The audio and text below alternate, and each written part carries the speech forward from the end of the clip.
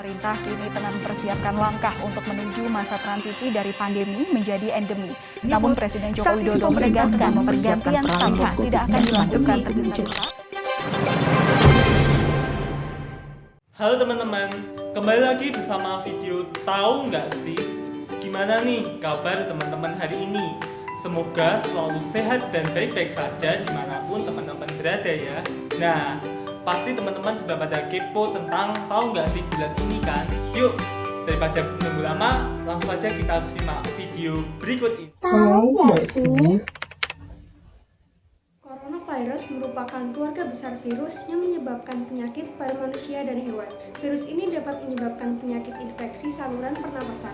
Virus ini ditemukan pertama kali pada Desember 2019 sejak kasus yang terjadi di Wuhan. Virus ini menyebar ke berbagai negara, salah satunya pada negara kita yaitu Indonesia. Kasus yang disebabkan oleh virus ini kian meningkat, sehingga menjadi sebuah pandemi. Gelombang pertama kasus COVID-19 di Indonesia terjadi pada Januari sampai Februari 2020. Pada saat itu, kasus COVID-19 harian tertinggi terjadi pada 30 Januari 2020, yaitu sebanyak 14.528 kasus. Lalu, gelombang kedua kasus COVID-19 terjadi di Indonesia pada Juni sampai Juli 2021 yang merupakan akibat dari varian Delta. Kasus tertinggi terjadi pada 15 Juli 2021 dengan penambahan 56.757 kasus. Kini Indonesia dihadapkan pada gelombang ketiga yang dipicu oleh varian Omicron. Sejak itu, penambahan kasus COVID-19 tertinggi terjadi pada 17 Februari 2022 sebanyak 63.956 kasus. Untuk mengatasi banyaknya kasus yang terjadi, pemerintah memberlakukan protokol kesehatan seperti penggunaan masker dan cuci tangan kepada masyarakat. Selain itu, pemerintah juga memberlakukan vaksinasi kepada masyarakat sehingga kasus virus COVID-19 menjadi menurun. Saat ini pemerintah Indonesia juga sedang melakukan persiapan untuk mengubah status pandemi COVID-19 menjadi endemi COVID-19.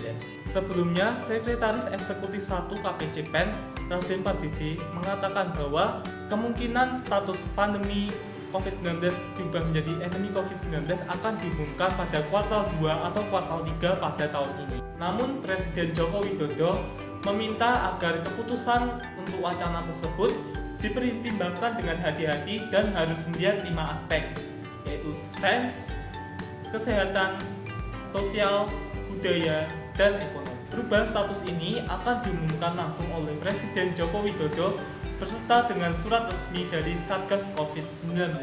Nah, kira-kira sebagai masyarakat Indonesia, apa sih yang harus kita lakukan selama perubahan status pandemi COVID-19 menjadi endemi COVID-19? Tanpa berlama-lama lagi, langsung saja kita simak video penjelasan wawancara bersama tim Tahu nggak sih kepada narasumber keren kita satu ini, agar teman-teman semua di sini paham mengenai wacana perubahan status pandemi COVID-19 menjadi endemi COVID-19.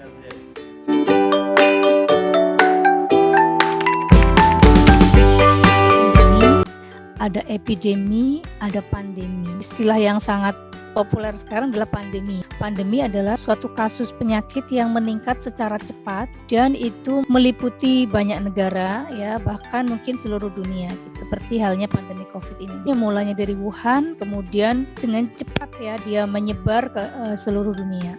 Kemudian ada istilah epidemi.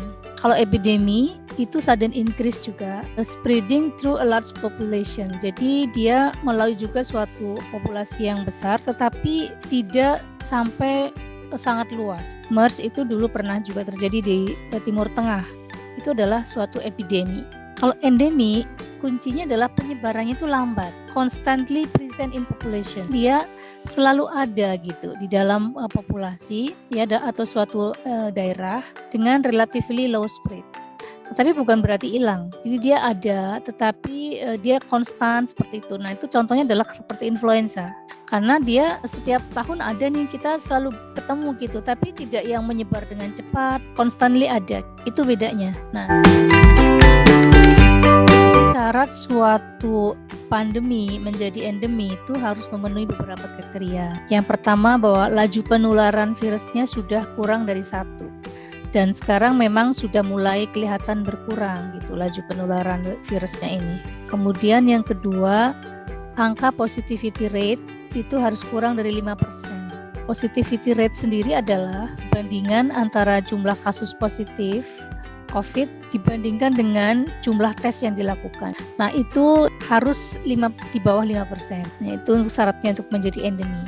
Kalau di Indonesia sebetulnya sudah mulai berkurang memang. Kalau di Jakarta untuk per 14 April ya, dalam 30 hari terakhir itu sekitar 4,2%. Mungkin setiap daerah bisa berbeda. Di Indonesia secara overall itu sekitar 0,8%. Jadi udah mulai turun nih sebetulnya ya. Jadi kondisi-kondisi itu harus berada atau terjadi dalam rentang waktu misalnya 6 bulan untuk dikatakan udah stabil gitu. Karena kita belum tahu nih, tahu-tahu nanti naik lagi kan, nggak ngerti kan. Ketiga adalah tingkat perawatan rumah sakit juga harus kurang dari 5%. Kemudian syarat berikutnya adalah angka fatality rate itu kurang dari 3%. Angka fatality rate itu adalah rasio antara yang konfirmasi positif dengan kematian. Beda dengan mortality rate ya. Kalau mortalitas itu kematian dibandingkan dengan populasi kan gitu ya. Kematiannya dibandingkan dengan seluruh populasi. Di Indonesia ini per 17 Maret 2022 kemarin itu dilaporkan adalah sekitar 2,58%. Kemudian syarat berikutnya adalah level PPKM sudah ada pada level 1. Jadi syarat-syarat ini yang bisa menjadi dasar apakah sudah waktunya di-convert atau ditransisikan menjadi endemi.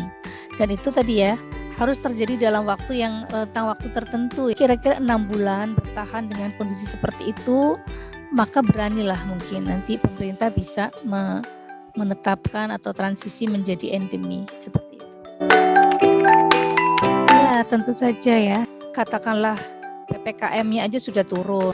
Kemudian mungkin tadi angka positivity-nya segala sudah berkurang, maka tentu protokol kesehatannya bakal akan berubah. Seperti sekarang pun sudah mulai nih beberapa tes yang dulu disyaratkan ketika melakukan perjalanan sekarang sudah mulai berkurang.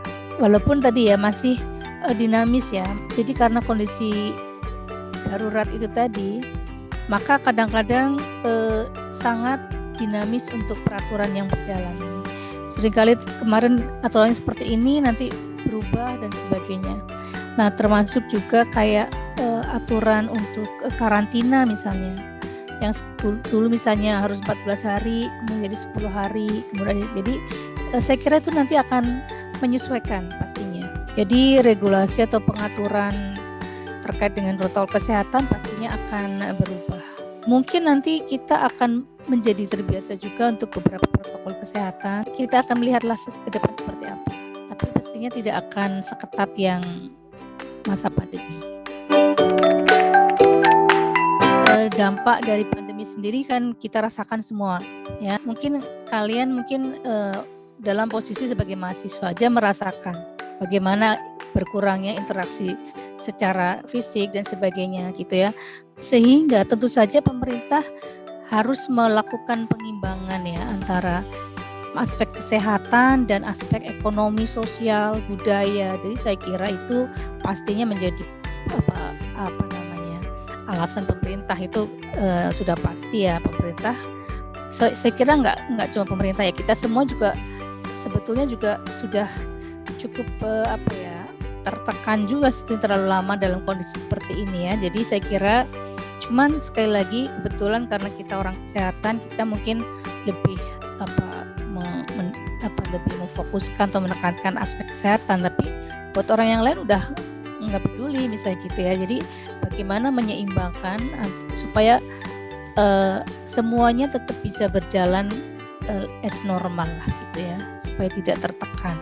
Saya kira demikian sih kalau untuk alasan pemerintah untuk sustainability dari kehidupan ekonomi, sosial seperti itu. Itu juga memerlukan kontribusi semua masyarakat ya.